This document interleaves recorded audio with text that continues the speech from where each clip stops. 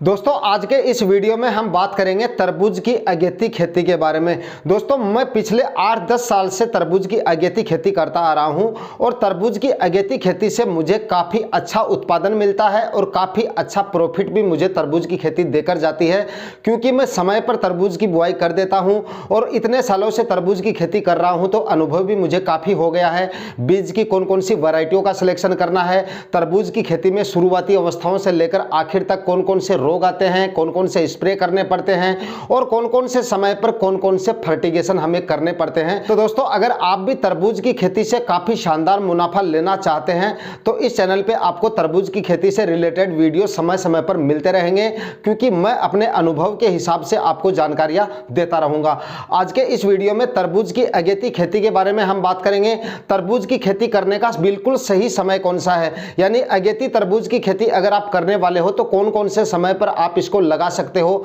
मैं ऐसा नहीं बताऊंगा कि पर्टिकुलर आपको इसी तारीख पर लगाना है, बाकी अलग अलग सीजनों की बात करेंगे यहां पर हम कि इस तारीख से लेकर इस तारीख तक आप जो है तरबूज की अगेती बुआई कर सकते हो। जो किसान भाई ज्यादा अगेती तरबूज नहीं लगा सकते हैं उनके लिए क्या ऑप्शन है, कौन से समय पर उनको तरबूज की खेती करनी चाहिए, किस विधि से करनी चाहिए और किस तरह से आप जो है तरबूज की अगेती खेती करके कितना आपको इसमें उत्पादन और कितना मुनाफा मिल सकता है, A to Z जानकारियां आज के इस वीडियो में आपको मिलने वाली है। तो वीडियो को अभी से लाइक कर दीजिएगा, चैनल पे नए हैं तो चैनल को भी सब्सक्राइब कर लीजिए ताकि खेतीबाड़ी से रिलेटेड वीडियो आपको समय समय पर मिलते रहें। नमस्कार दोस्तों, मेरा नाम है सुरेश और आप देख रहे हैं खेत किसान झुंझुनू। दोस्तों तरबूज की खेती एक ऐसी फसल है जो सब्जियों में सबसे ज्यादा उत्पादन देने की क्षमता रखता है और अगर इसको आप समय पर लगा लेते हो, यानी इसकी अगर आप अगेती खेती कर लेते हो तो इसका उत्पादन इतना शानदार मिलता है। थोड़े से मंडी भाव थोड़े से आपको इसके ढंग के मिल जाते हैं तो लगभग 3 से 4 लाख रुपए प्रति एकड़ के हिसाब से आपको तरबूज की खेती देकर जा सकती है। अगर आप सही तरीके से बताए गए अनुसार तरबूज की खेती करते हैं, समय समय पर स्प्रे वगैरह कर लेते हैं, समय समय पर अगर इसमें फर्टिगेशन वगैरह आप करते रहते हैं तो तरबूज की खेती काफी शानदार विकल्प है किसानों के लिए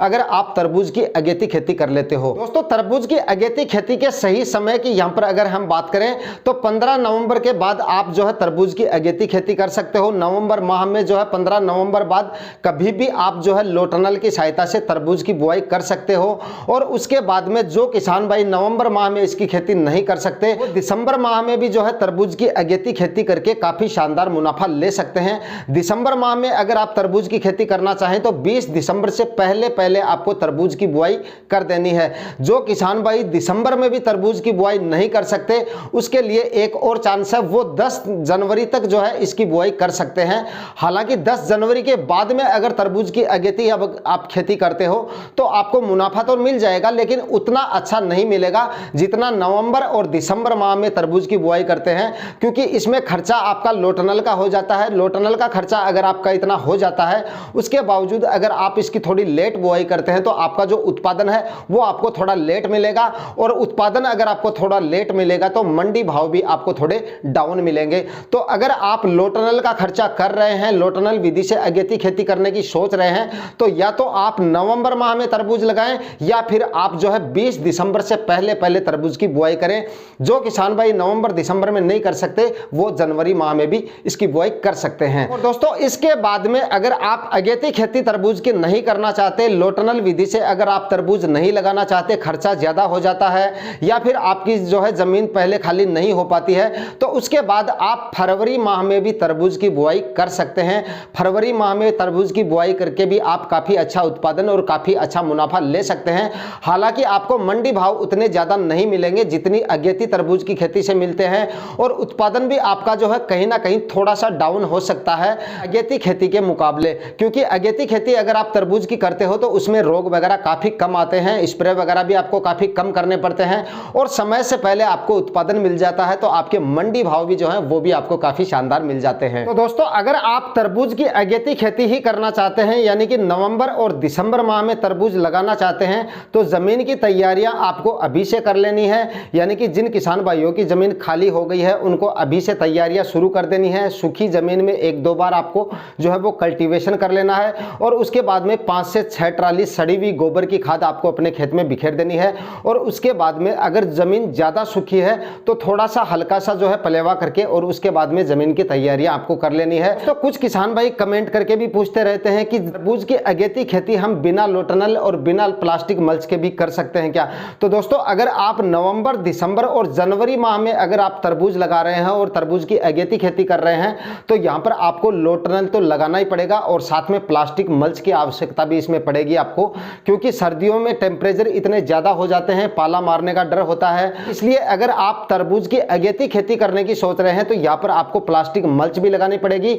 और लोटनल की सहायता से ही आपको जो है अगेती तरबूज की खेती कर सकते हैं। हालांकि दोस्तों अगर आप तरबूज की अगेती खेती करते हैं तो इसमें आपका खर्चा जरूर थोड़ा ज्यादा हो जाता है। लोटनल का खर्चा होता है, सिर्फ ज्यादा एक्स्ट्रा जो खर्चा होता है वो सिर्फ लोटनल का ही होता है। बाकी अगर आप फरवरी माह में तरबूज की खेती करेंगे, पछेती खेती करेंगे, तब भी आपका जो प्लास्टिक मल्च का खर्चा होगा वो तो आपको करना ही पड़ेगा। तरबूज की खेती आप चाहे अगेती खेती करें या फिर चाहे पछेती खेती करें, प्लास्टिक मल्च आपको अवश्य लगाना पड़ेगा। तो वो खर्चा तो आपको करना ही करना पड़ेगा। उसके बाद में बीज का जो खर्चा होता है वो खर्चा भी आपको करना पड़ेगा और उसके बाद में जो बेसल डोज डालेंगे, जितने स्प्रे होने हैं और जितना आपका जो है फर्टिगेशन वगैरह करने पड़ते हैं वो खर्चे भी आपके पछेती खेती में भी उतने ही होंगे जितने आपको अगेती खेती में करने पड़ेंगे। हालांकि पछेती खेती में आपको जो है स्प्रे के खर्चे एक्स्ट्रा हो सकते हैं, क्योंकि पछेती खेती में रोग वगैरह ज़्यादा आते हैं। काफ़ी सालों से मैं अगेती खेती भी करता हूँ और पछेती खेती भी करता हूँ, क्योंकि फरवरी माह में भी मैं थोड़ा तरबूज लगाता हूँ तो उसमें मुझे हर साल देखने को मिलता है कि पछेती खेती में मुझे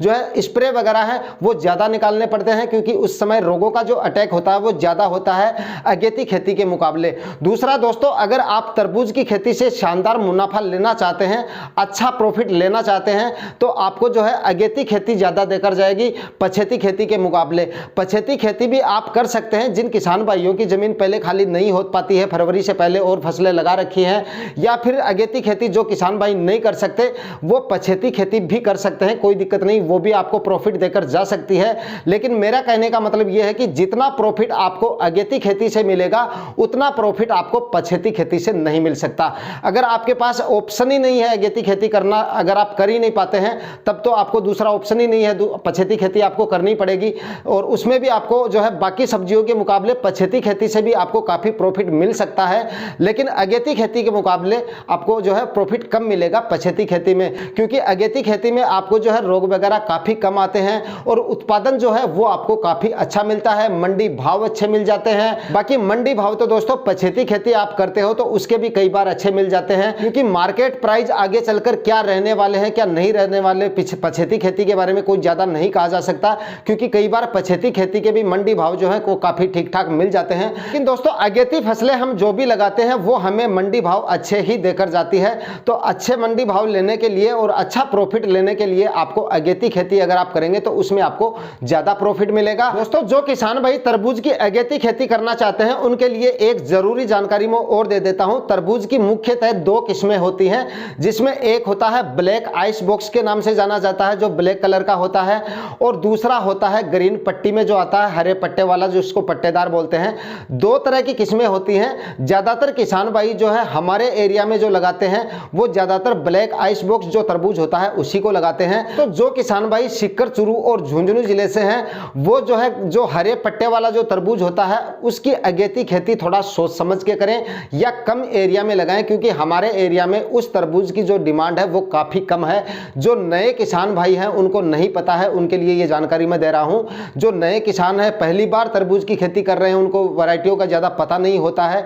किस्मों के बारे में ज़्यादा अनुभव नहीं होता है, तो जो दुकान वाले दे देते हैं वही वो लगा लेते हैं। तो ऐसा आपको नहीं करना है। जो किस्म आपको लगानी है अपने एरिया में वो सोच समझ के लगाएं, मंडी के हिसाब से लगाएं। बाकी हमारे एरिया में ज़्यादातर जो किसान हैं वो ब्लैक आइस बॉक्स ही लगाते हैं, और पट्टे वाला जो तरबूज होता है वो आप शौक के तौर पे थोड़ा बहुत लगा सकते हैं। बाकी उसका जो मार्केट वैल्यू है वो काफ़ी कम है और मंडी में डिमांड भी जो है उसकी काफ़ी कम होती है। लास्ट ईयर एक दो किसानों ने लगा लिया था, उसके बाद में उन किसान भाइयों को उस तरबूज को बेचने में बहुत ज़्यादा परेशानियों का सामना करना पड़ा था। आधे से ज़्यादा तरबूज उनका खराब हो गया था, बिका भी नहीं था। आप जो है लगाने से पहले थोड़ा सा इस पर जरूर विचार करें। बाकी अगले वीडियो में दोस्तों हम बात करेंगे तरबूज की सफल खेती इस समय आप किस तरह से कर सकते हैं, और वैरायटियों के बारे में भी अगले वीडियो में हम जानकारी आपको देंगे, क्योंकि काफ़ी किसान भाई कमेंट कर रहे थे कि तरबूज की खेती करने का सही समय कौन सा है, कब हम तरबूज की खेती कर सकते हैं, तब ये वीडियो बनाया गया है। आज के वीडियो में दी गई जानकारी अगर आपको अच्छी लगी तो वीडियो को लाइक शेयर कर दीजिएगा। चैनल पर नए हैं तो सब्सक्राइब जरूर कर लीजिएगा। मिलते हैं किसी नए वीडियो वीडियो में नए टॉपिक के साथ। तब तक के लिए